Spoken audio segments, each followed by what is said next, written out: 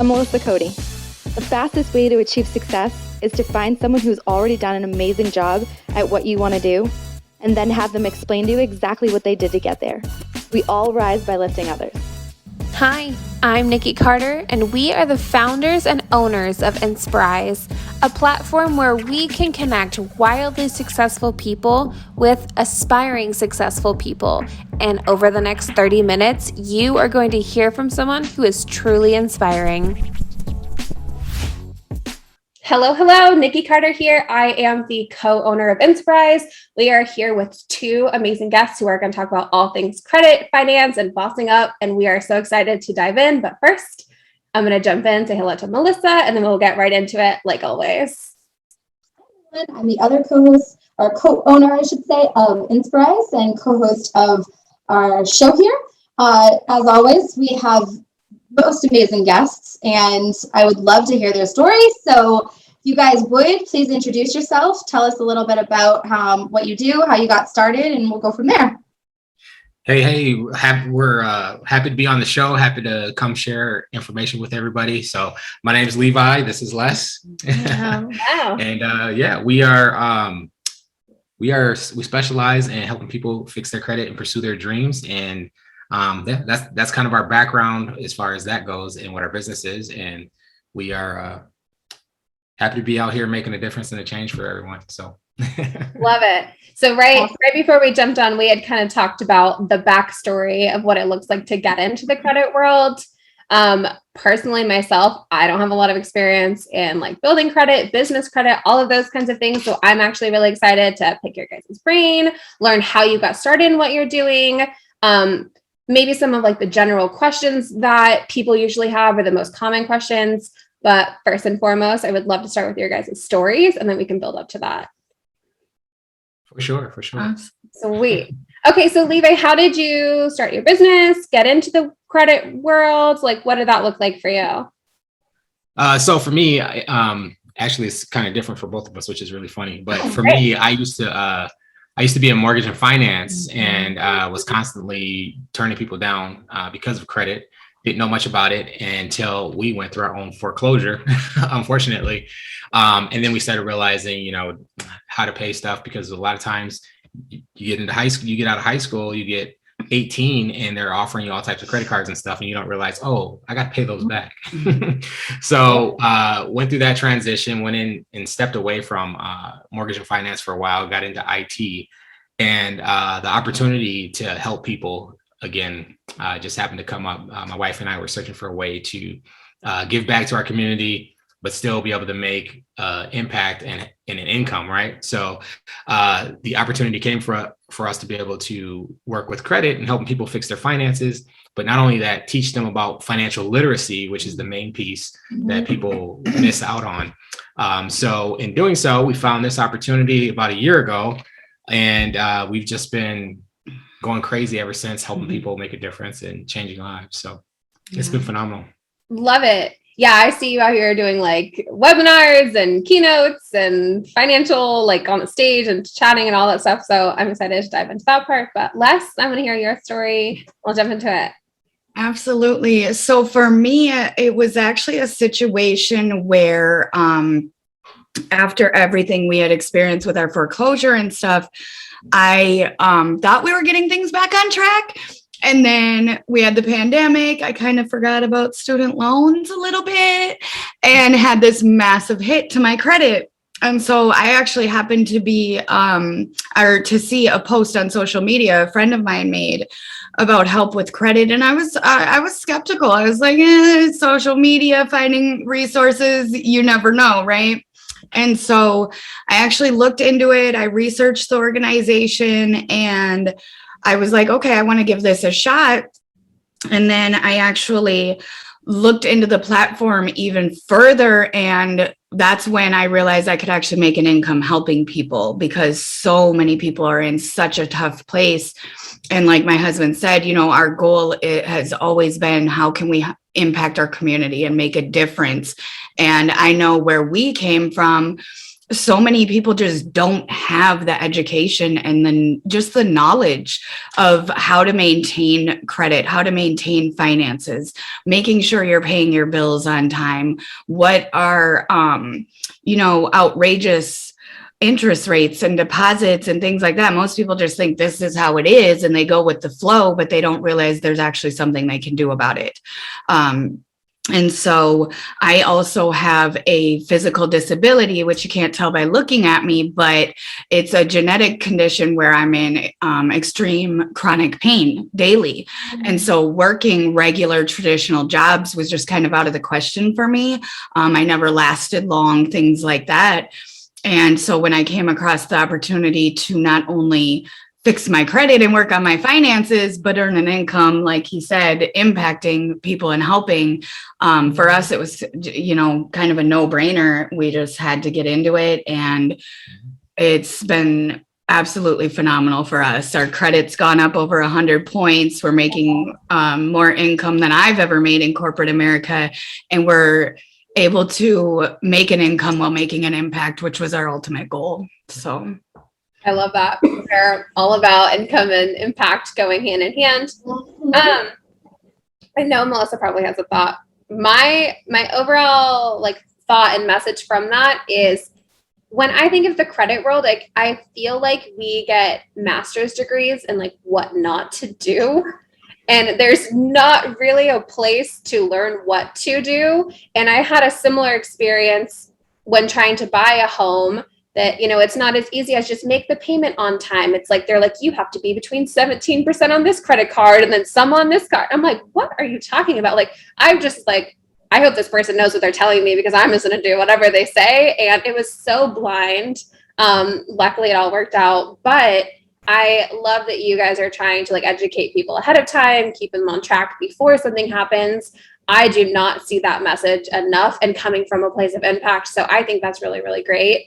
Because I feel like a lot of the time those kinds of situations happen from a lack of education. It's definitely not in public school. I went to public school. I definitely did not hear anything about saving and what to do with these credit cards. And as soon as I turned 18, I brought a brand new car off the dealership lot, got myself in a bunch of trouble with student loans. I think we all go through this place where it's isn't this life? But there's other financial literacy that happens and education that really, really could change the trajectory of our country and the youth and all these things if we had more options like that. So I love that. Melissa, do you have any thoughts? Yeah, I was going to definitely touch upon that too. I thankfully had a mom who was very educated herself on what not to do. She had gone through a bankruptcy, and so she wanted to make sure that when I turned 18 that I would have built up credit already. So she actually put a credit card in my name when I was 15, and we had a Cote credit card. Yep. And so by the time I turned 18, I actually, then I got a car in my name. We were co on that loan as well. So by the time I turned 18, my credit was skyrocketed, and she kind of coached me on you don't max out these credit cards, you make payments, and then all the things to do to keep your credit going. So I was one of the fortunate ones. However, that being said, it definitely is not taught in schools, which is crazy to me, because it's not it's something that not all of us have to do eventually. Every single one of us on the face of the earth is going to have to pay bills. We're going to have to keep ourselves alive. And therefore, our credit is a huge part of that. It's not our homes aren't attached to it. Even being able to buy food, sometimes we have to put it on credit cards. So the fact that you guys not only,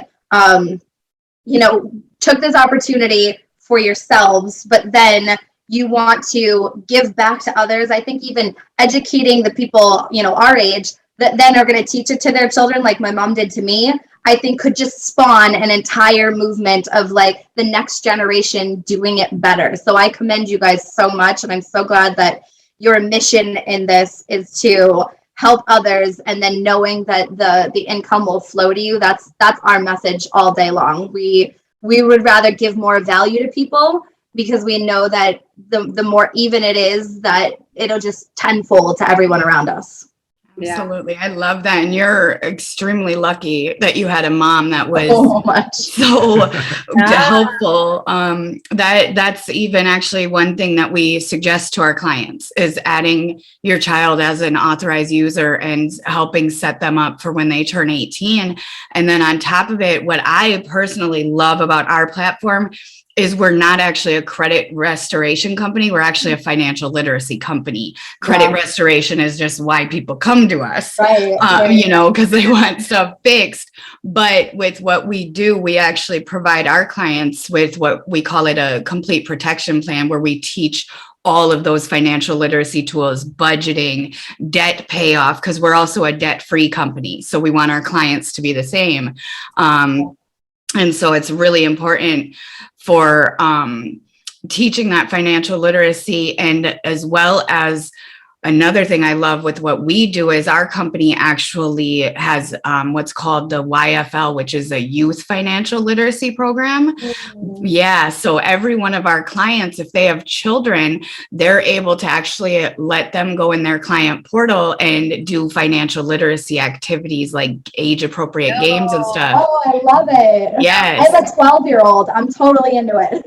Yes, exactly. And then with that, we also go into the schools and teach financial literacy and provide college scholarships. So there's obviously a huge need in that space. So that gives me like a little relief. Like I'm gonna write you guys a letter where my daughter goes to school. Absolutely. Awesome. Yep. Okay, so I think that's actually a perfect segue, because my next question is kind of like a back and forth on what are some of the main things that people are asking you, or like the do's and don'ts that you just wish everyone would know. Like, I don't know if that just looks like both of you spouting out things that you're like, stop doing this or do this, or why don't you do this? But I think something like that would be great if you guys can think of any off the top of your head. Sorry, I'm putting you on the spot. You're good. There's actually a couple things. There's one thing that drives me crazy that I wish people knew, and I try to like yell it from the rooftops. And that is never, ever, ever talk to a collection agency. Do not talk to them. Do not pay them anything. Because the thing that we're not taught is that when an item goes to collections and shows up on your report as being in collections or charged off or something like that, well, then people think, okay, well, if I go and I pay, you know, a lot, I know a lot of people have paid thousands of dollars to pay off those collections. And yeah, and what happens is you end up being upset because paying them off did not remove them from your credit. It didn't help your credit one bit. In fact, it can sometimes even hurt it, because now it's just sitting on your credit as a charge off or a collection paid in full. Well, what people don't know is that when the item goes from the original debtor to collection. So I'll give an example. Let's say I owed Wells Fargo $5,000 and they sent me to collections. Well, what that means is they took a tax write-off and they sold my information to the collection company. And I want to make that very clear. When I say my information, there's a big difference between you signing a contract with somebody holding you liable for a debt and somebody selling your information. The thing that people don't understand or that we're not taught is once that information is sold to the collection company, it is their duty to prove you owe that. Well, because they only bought your information, they did not buy a contract. They have no way to prove you owe that because you didn't sign a contract with a collection company. Right. So unless you verify that debt, you can very easily actually get that removed from your credit file because they can't prove you owe anything. You can get it removed without actually having to pay that debt. And the funny thing about it is when you try to call like Wells Fargo and say, hey, I want to pay you, they're going to tell you, well, we don't have a debt for you anymore. Yep. And the reason for that is because they sold the item information basically. Yeah, they got paid. They're not worried about you anymore. I wrote it off. Yep. That's crazy. Yep, they got paid, and they so that's one of the biggest things that I come across with clients, and I've had clients in tears because they paid $10,000 on collections and they could have used that money and honestly utilize a service like ourselves, get those items removed. We help you build the good credit, and you could have saved thousands and thousands of dollars. Another one that I like, just kind of a tip that I like to share is what I personally call it a 2 and 2. And that's where any open trade lines, such as like credit cards, car payments, things like that you have, if you actually break that, for one, first and foremost, let me start here. Never pay the minimum on anything. Always pay a little over. If you can only pay a tiny bit over, that's fine, but try to pay over. But when you make your payments, what you want to do is you actually want to split your payment into 2 payments. So split it in half. Pay the first payment 2 weeks before it's due, and then the next payment 2 days before it's due. Because what that does for your credit is it shows to the creditor, it looks in their system as though you made 2 payments. You're applying more towards your principal versus your interest. So you're paying down your debt quicker, and it's reporting to the bureaus in that way that you're paying the 2 payments. So it helps. We've seen people shoot their credit scores up just using that kind of 2 and 2, like I call it. Yeah. And if you can even set this up with your mortgage provider, a lot of times you may have to call them to set the payment into 2 splits. But if you do that, we had a lady who was working with a financial planner, and she cut 4 years off of her mortgage simply by just changing the payment structure of the exact same payment into 2 payments per month. Yeah. Wow.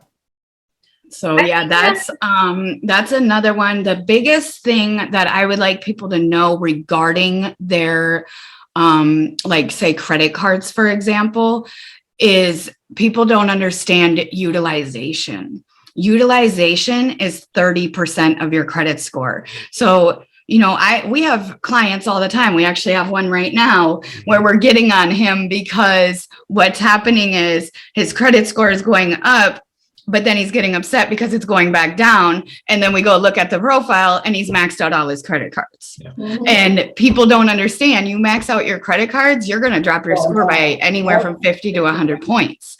And so ideally, the rule of thumb is to keep your balances under 30%. But honestly, the magic number is about 7%.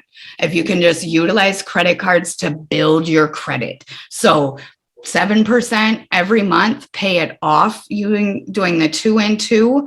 And then the next month, throw another 7%, grab some lunch, grab some gas, what have you, and then pay that off and do that same thing. And that's going to boost your score tremendously as well. And then for those that with that credit card, for those that are really trying to maybe build up. So say you got somebody that only has like a $300 to $500 credit card and they're trying to get a higher increase, right? What they want to do, this is for the disciplined user, right? You got to be disciplined. And you put your debit card away and you use the card that gives you the most points. And what you do is you pay attention to what you have on your billing statement. There are 2 dates. There's going to be your statement date, and then the day that your payments actually due. The statement date is the date that it reports to the credit bureau. So you can max your card out. You use your whole card all month because you're going to gain all the points and everything that you get off of that nice card, right?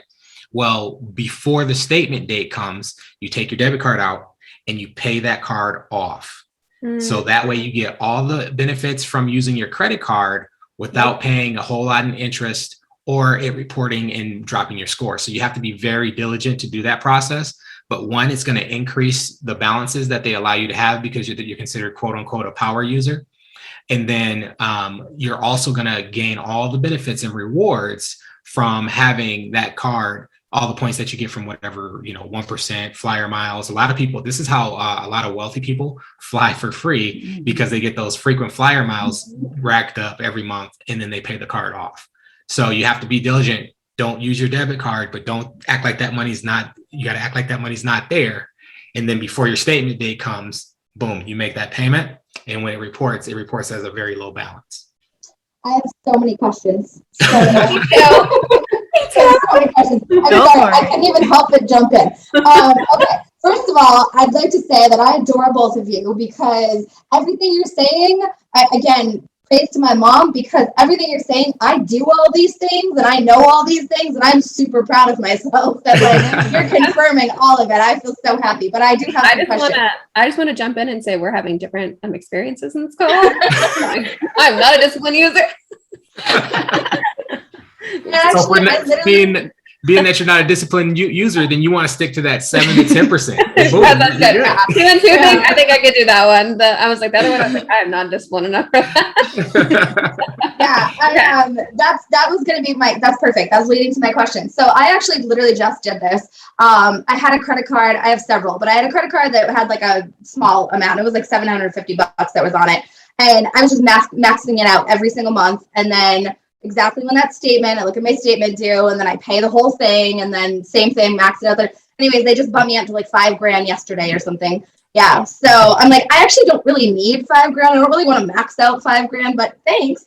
However, that does help my credit score now, because now my credit card utilization, because every time that I do that, my score goes like this every time that I put and max it out that month and then pay it off and whatnot. So my question is that when you guys actually have two, but the first part of it is when you guys are coaching people and, for the disciplined user, thankfully I'm very strict with myself. So it's not necessarily for me, but for listeners right now, when you coach them and you give them this example and then they do it, and let's say the first month they're really good and they pay it, but then the second month, they're like, well, I only have half. And now it's a snowball effect. And then the month after that, now they get themselves in trouble. How do you prevent that with your clients from that snowball effect happening?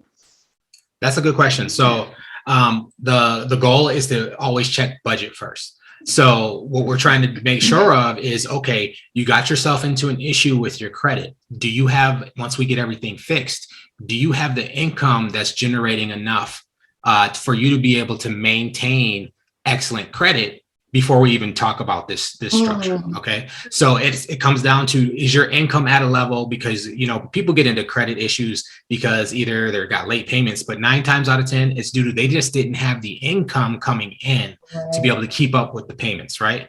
So our first goal is always looking at the structure of the budget, finding out where your finances are, and making sure that you can maintain excellent credit for the long term based on your current income. If not, then we have to change your income structure, because what happens is the more income we make, the more our bills go up, right? So we have to maintain a disciplined budget first. Once we get that disciplined budget down and we understand where we are there, then we either understand that, yes, we need to expand our income, which most people want to do anyway. But as we expand it, we have to figure out how we can make sure that we're maintaining the credit we have now before we go and expand. So it's about creating that foundation before you go up, right? You don't want to build on quicksand. You want to build on something solid. So, and I'm sorry, I just want to touch back on where you said your score goes like this, because you do the maxing out and paying off. The key thing with those dates on that statement is the statement date. Yep. So if you're maxing out and then paying off, make sure that payoff is before the statement date, not the due date, because the statement date is the one that reports. I just wanted to make that clear, especially for the listeners. To the point where I have to pay any finance charges on it. So I usually pay it, I would say like 2 or 3 days before the statement date, so that I never have those finance charges. I'm just cheap like that. I don't ever want to pay money I don't have to. Yeah, that's good. Yeah. Don't do things that are going to intentionally add additional fees, right? So that's great. Okay, so quickly, I just want to ask my second question, because I'm dying to know with everything that you said. So you said, Leslie, that you were looking or saw it on Facebook and saw this company and did your due diligence and looked into it and everything. So is it like a multi-level company, or you people join under you and stuff? Because everything you guys are saying is super interesting, and I'm super interested in learning. Absolutely. Yes. I love it. Yes, it is. We're network marketing. So what we do is we don't actually fix our clients' credit.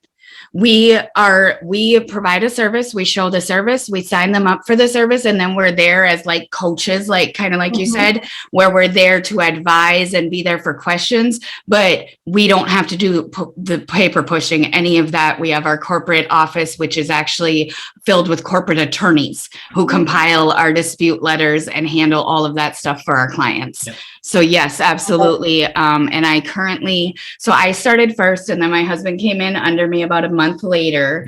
And let's see, within 4 months, we were actually able to get him out of his IT career where he was working 60, 70 hours a week. Amazing. Yes.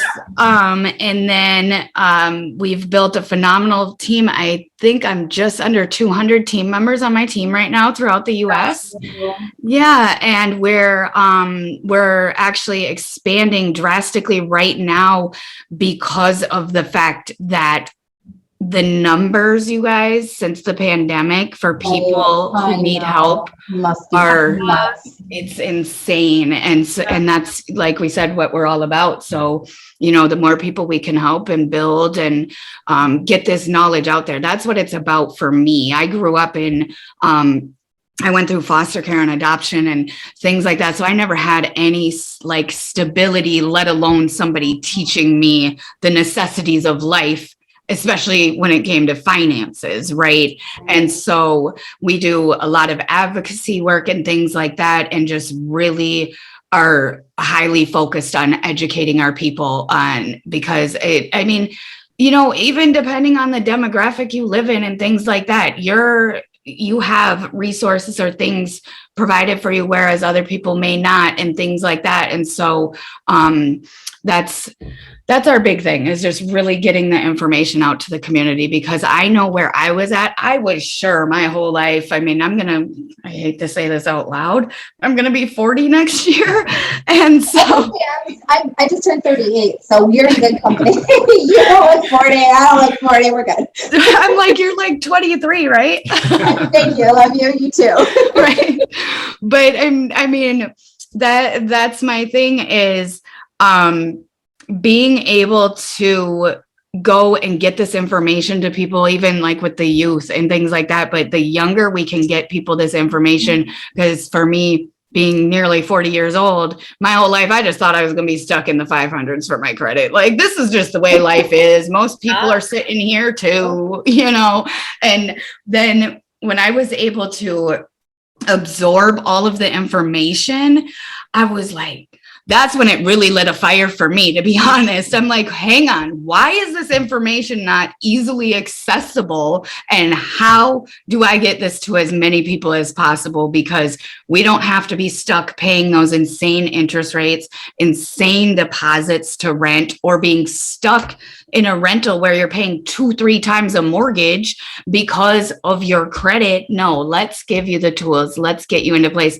so you can become a homeowner. You can maintain your finances for life and share that information and pass that down and create generational wealth. I would really love to touch on like the overall message that I'm hearing, that something that's really big within like my marketing career is it actually doesn't matter how much money I generate for somebody if they don't have financial literacy and a budget and the combined thing. Like, I feel like their business will 10x and then they're like, I still have no money, and then they'll 10x and they're like, I still have no money, and I'm like, I don't know what to do with that information. Like, that seems like a personal problem. That's probably not very professional, but it's true. And so I love that I just keep hearing things that I think they directly relate to credit, but I actually believe it's like long-term sustainable wealth and keeping your wealth and understanding where your money goes and learning these tricks of the trade, if you will, that really keep that sustainable. Because I definitely don't pay my credit card twice a month. I probably pay fees. I don't even know what fee you're talking about that happens between my statement date and whatever, right? Like, I just think that these are little things that will like combined little efforts that make a huge momentum and growth and trajectory change. Just like you said, you're like, I thought this is just what life is until you really learn that it's not. So I love all the tips you guys gave me. I think that's amazing. I think everyone listening is going to love it. Sounds like Melissa is like super interested over there. You know what it is? I'm a serial entrepreneur. I've had a web design and development company for 15 years. And the thing that I love most about it is that every day I can help people. I can help people start a business. I can help people, experience their dreams or whatever. And so anytime that there's something that, there has to be some personal interest in it for you. And I love your story about the fact that you guys were in this place with the foreclosure or whatever, where like, that's my favorite type of story, is when somebody has a need for something and it turns into a passion that then builds them their own income from it. Like, that's what most of our entrepreneurs that we talk to, like, they're like, oh, I knew that there was a need for this in the world and it didn't exist, so I created it. And so mine is just definitely like, if something resonates with me, and I guess, again, I was blessed by knowing this stuff early on, that it certainly resonates with me. And when I hear people that I love, like Nycki, say that she's paying all these fees, I'm like, no, I want to save you. So yeah, if I could do anything, like add on to my entrepreneurial job title, I do. I add anything that I can do that will help people that I enjoy doing. Absolutely. I love it. And that's the key is, for us, and what we've been learning through this whole journey is, generational wealth is so much more than finances, right? But as far as having that wealth, in order to do that, you have to have multiple streams, right? You can't depend on just one source of income. And so that's what we've been able to learn through this process as well, is a different type of investing that we're doing and wanting to do and things like that. And one thing I wanted to touch on real quick, it was going back. I think I lost it. Go ahead. It'll come back. Well, yeah. Well, the one thing I was going to just say is, when it comes to talking about, the generational wealth or the different things or the pieces, like you were saying, Nycki, not knowing some of this information, credit's the one area people don't want to talk about, but it's really the most important, because it's the foundation. Because if you don't have good credit, you're paying higher deposits just for a cell phone. You're paying a deposit when you get your electricity turned on, which isn't really normal. You're paying a higher deposit when you go and rent a home. When people go and buy a home or even a car, what are they concerned about? What's the payment? But what they don't understand is, if they have less than perfect credit, their payment is actually higher because of the interest rate, not because of the payment of the actual vehicle. Because you can go buy a $10,000 car. One person's going to pay $150. The other person could pay $450, all because of the interest rate. So when we can control our credit, we open up our income so much more to be able to use it in better areas, like investing it here or growing it this way, or, a deposit on an investment property. You have more income that you're not pushing back out into the economy to be able to utilize for yourself. So that foundation and learning the credit it's just the basis for being able to do everything else that people want to do with life. Yeah. And just to add to that as well, I was honestly one of those people that was like, credit is bad. Like, credit cards are bad. You just get yourself into debt, and, cash is king, right? The only thing I know from like my early adolescence is like a quoter of that. Like, I was a Ramsey kid or whatever. And so I didn't have any credit cards for a really long time, until you start getting student loans and you're like, how do I get to school? And then I got a brand new car, but you have no credit because you think it's terrible or it's bad. Or I think we could have an entire podcast episode on people's belief around money and evil income and whatever else, right? Like, I'm sure that's part of it, but yes, definitely to what you were saying, I've been in that place as well. Yeah. And that's a big, it's kind of like that ugly cloud that gets pushed into us all our lives is, you don't want to owe people stuff. So credit's bad. But when it comes down to it, if you have $100,000 or you have a 750, 850 credit score, you're going to get a lot further with that credit score, because it's called leveraging other people's money to get where you want. So do you guys talk about business credit? Is that like something that you guys advise on? So a couple things on that. We technically, with our platform, we don't, but because I've studied it, actually tomorrow, I'm releasing just like a one pager that teaches people how they can build business credit within 90 days. Because the huge problem is, why do we start businesses? To separate it from our personal. So a lot of times the first 2-3 years when you're in business, what are they asking you?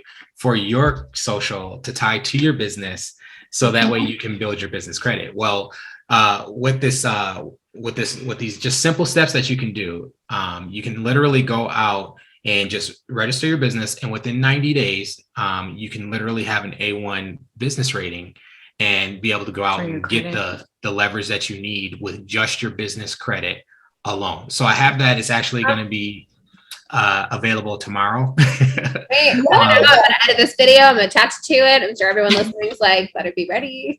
Yeah. Great. So yeah, but I'm gonna have that one pager ready, and literally all you do is you set up your tax ID number or EIN number, right? Once you get your business registered, and then you want to register with all the major platforms for your business. And then the key is get yourself a business website and business email, not a Gmail, but a business email.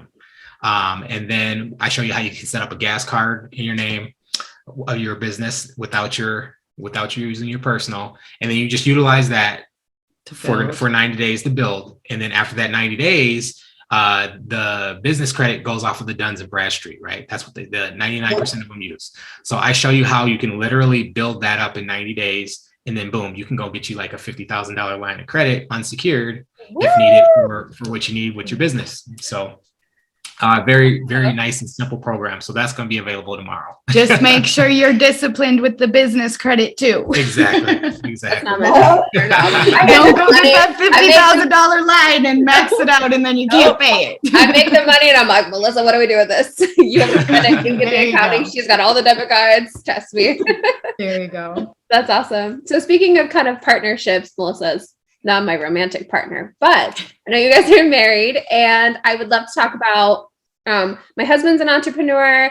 I'm a full-time entrepreneur. Melissa's really busy. Her and I mesh lives together. And I know that it's hard to be sitting at a dinner table and be like, man, Bob didn't pay his credit on time. He's maxing out his whatever. Like, how do you guys like separate that time frame? How do you guys stay like rejuvenated for your mindset, refresh? Like, tell me a little bit about the working relationship. If anyone's over here wanting to do like a power couple thing, especially in a network marketing space, I know the husband usually jumps on, right? Or like the wife's like, what's going on over there? Like, let me get in on this. And why not have a duo household, like earning income together? So I would love to hear that story, what you guys are doing, the mindset, all that kind of stuff. I think that would be awesome to touch on. Sure. I just want to start with saying, as far as the partnership and marriage, we incorporate our whole family. We have 4 children, and every one of our kids is in one way or another involved. They know exactly what we do. They come to events with us. My 9 and now, well, they just had birthdays, so they're 9 and 12, but they were 8 and 11. They were our assistants all summer, handling our inbox for us. My now 9-year-old can literally, you can ask him on the spot, what do we ask him? What's the difference between passive and residual income? And he'll tell you on the spot. But that's a big way we were able to incorporate our business partnership into our personal relationship, was sitting down with our kids and letting them know what's going on and involving them. And then everything we do in life is a partnership, right? And so, like you said, it's like it makes sense to be partners, have the dual income coming in, but we get to utilize each other too. You know what I mean? Being in the exact same business, we get to bounce ideas off each other. Or if I have, like, perfect example, we had a young man interested in joining our team and helping people with their credit and finances. And, he initially had reached out to myself, but I just felt the vibe and introduced him to my husband. And now he's an agent on our team. And he's like, thank you so much for introducing me to your husband. We just click. And, you know, he's got a young lady right now on his team who I have a one-on-one with tomorrow, even though she's not mine. You know what I mean? Like, we're able to utilize one another because we do have different personalities. But I think for me, it's really being business partners has been nothing but beneficial. Yeah. But we have kind of different personalities. We're not, I mean, y'all, we've been together since we were young. We've been together over 18 years. So like, yeah. And so we don't have like, I don't know, just our dynamic and the way we communicate and stuff like that. It works really well. But the key is no matter what, we always have had each other's back and we support each other. And so as long as you believe in each other and you support one another, you can have a phenomenal business partnership that doesn't even interfere with your, personal relationship, if that makes sense. Yeah, I feel like it adds to it. It just Yeah, absolutely. Yeah, absolutely. And then we get to celebrate. You know what I mean? Like when something big happens or what have you, you get to celebrate with the person you care about the most, and they get it. So yeah, I think the other part of it was the question was like balance. Mm-hmm. And when it comes to entrepreneurship, I'm just gonna be totally honest. There is no balance. That's part of being an entrepreneur. Is you're out here, you're doing all types of different stuff. So we balance it out by if there's something we can do where we have like a date night, it's cool. But we know if somebody calls, we may have to step away for 5 minutes.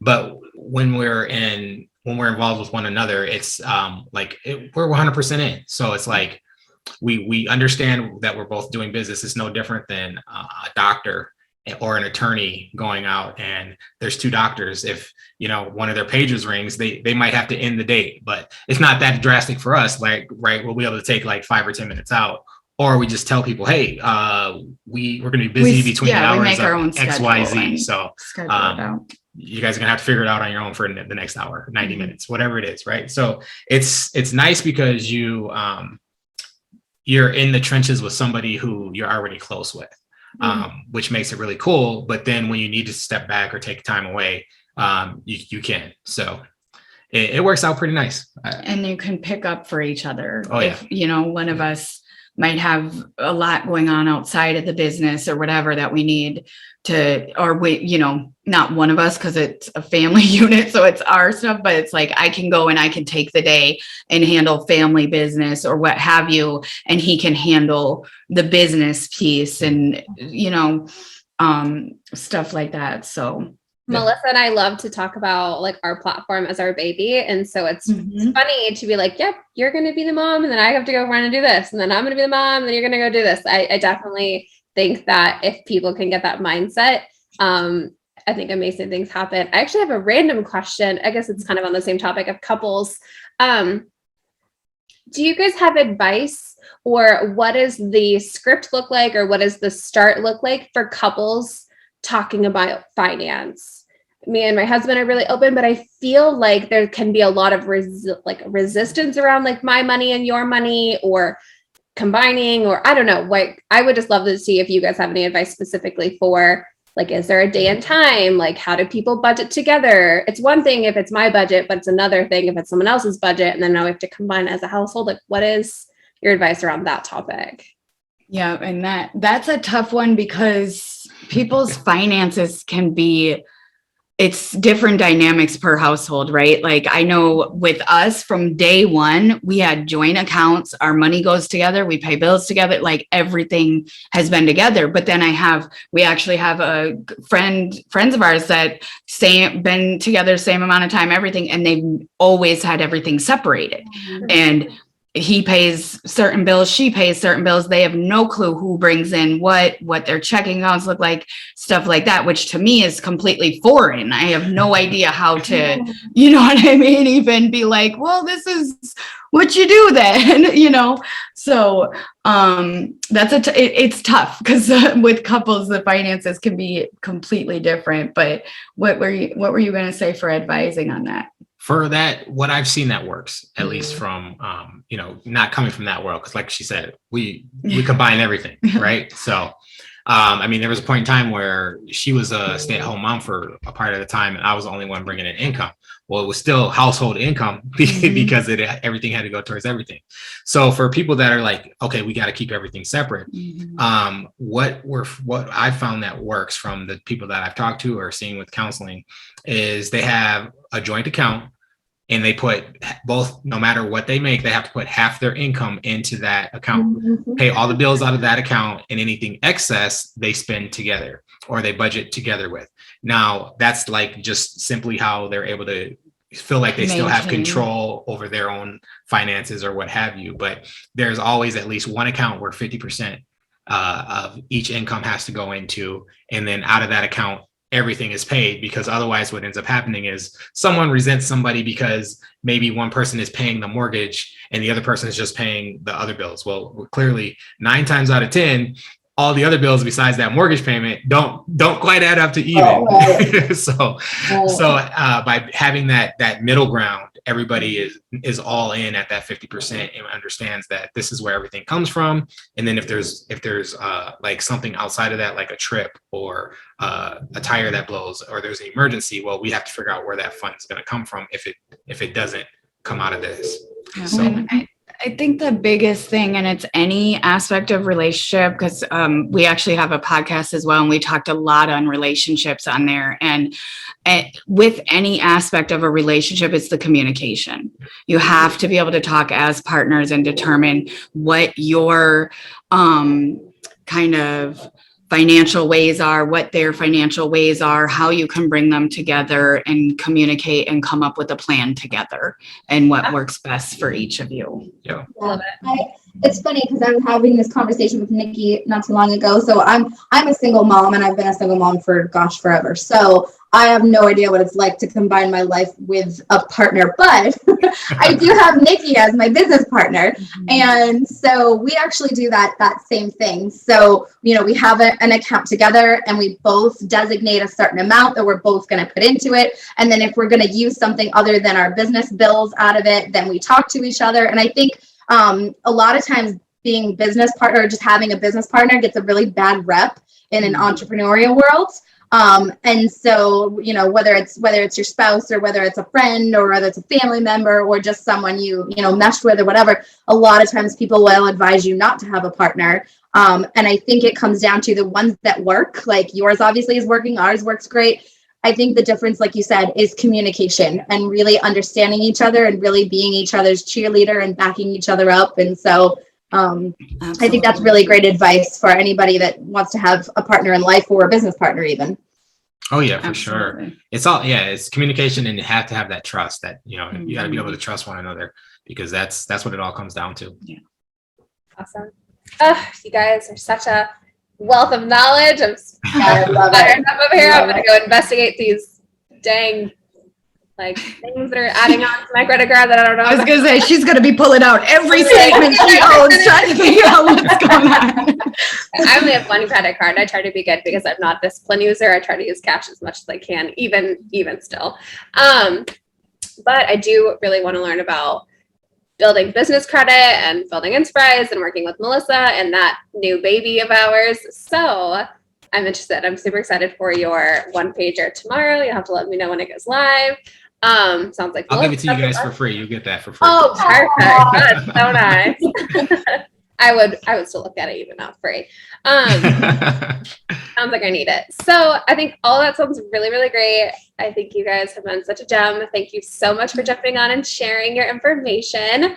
Do you guys want to tell everyone how to get a hold of you? Is there like a link, a website, social handle? The MLM definitely sends that information along. Yep. We'll let if you send a link or post it, or you can message me afterwards or whatever, I can also attach it to you. So we go on YouTube, we're on Insporise, and then we will strip the audio and do a podcast coming soon, you guys. But yes, tell us how we can find both of you, emails, whatever you think is the best way to get a hold of you so that people can stay connected. And Melissa. Absolutely. So typically the easiest way to find people is social media. So for social media, I'm on both Instagram and, I'm Instagram, Facebook, LinkedIn, whatever your choice is. It's just Leslie Epps or Miss MS Leslie Epps on Instagram, I believe. And it's LESLIE, last name EPPS. And then also, what do I want to Podcast. give out? Do I want to give out my phone number? I'll give my phone number, to be honest. I don't, I'll give you guys, so for business, if you're, needing services or looking for an additional income, helping people, what have you, because we definitely are expanding. The phone number to call is 737-4-CREDIT. So the number 4, the word credit. And that way you'll be able to actually reach either one of us, text or phone call. And we're always available on that line. For sure. Yep. And if you guys want to reach me, you can find me at Levi Epps Official. And that's on Facebook, Instagram, TikTok, and even on LinkedIn, same thing. So, yeah. And then if they're, for information like the business credit, they can find the links in the bio, always in the bio. And then what about your guys' podcast? You're a host and a co-host, right? So absolutely. So that's Goals Podcast, which actually stands for Genuinely Out Actively Lifting Society. So I love that. Yeah, that's we actually have a foundation and podcast. The podcast has been put on hold a little bit this year while we're building other things. But we do have, how many episodes out there right now? It's 25 or 26 episodes. So there's definitely, if you want to get to know us a little more, we tell y'all all our business. So like first 3 episodes. Right? You'll get to know our whole life story. I know at the beginning you talked about, people's stories, and that's honestly what this platform's allowed us to do, is utilize our story, because we have pretty insane, pretty phenomenal story, individually as well as together. And that's what we've been able to do with this platform, is utilize that to help others. And that's what our podcast is for. It's all about lifting society and giving some inspiration, because at the end of the day, when people look back and they think about who they've encountered, or they might be frustrated because somebody was irritable at a store in traffic or what have you. Guess what? Most of the time, you don't have any clue what's going on with that person and what's going on in their life. And the more we're able to be relatable and show people you're not alone, this is our story, this is what we went through, the more impact you're able to have. And that's what we're all about. So yeah, definitely check it out. Melissa and I have a really common saying that is about people's highlight reels on social media. Like, if you get to actually use your social media to share your story and be social instead of just highlight reels of your life, quick snapshots of something that looks perfect for half a second, even though we all know our kids are crying in the background or whatever's going on, like the dog's barking or something. I think that's awesome. I love it. I love that you said impact first. Well, Melissa, closing thoughts? I'm so inspired by you guys. Thank you so much for jumping on here. Yeah, keep doing what you're doing. Like I said, I know that this ball is going to keep rolling for you guys as far as like helping out the younger generation, and hopefully by the next generation, everybody's going to know the right things to do, and you guys will be, definitely responsible for a lot of it. So keep on going. You guys are so inspirational. Oh, thank you guys so much. Thanks, you guys. We'll chat soon. All right. Thank you. Bye.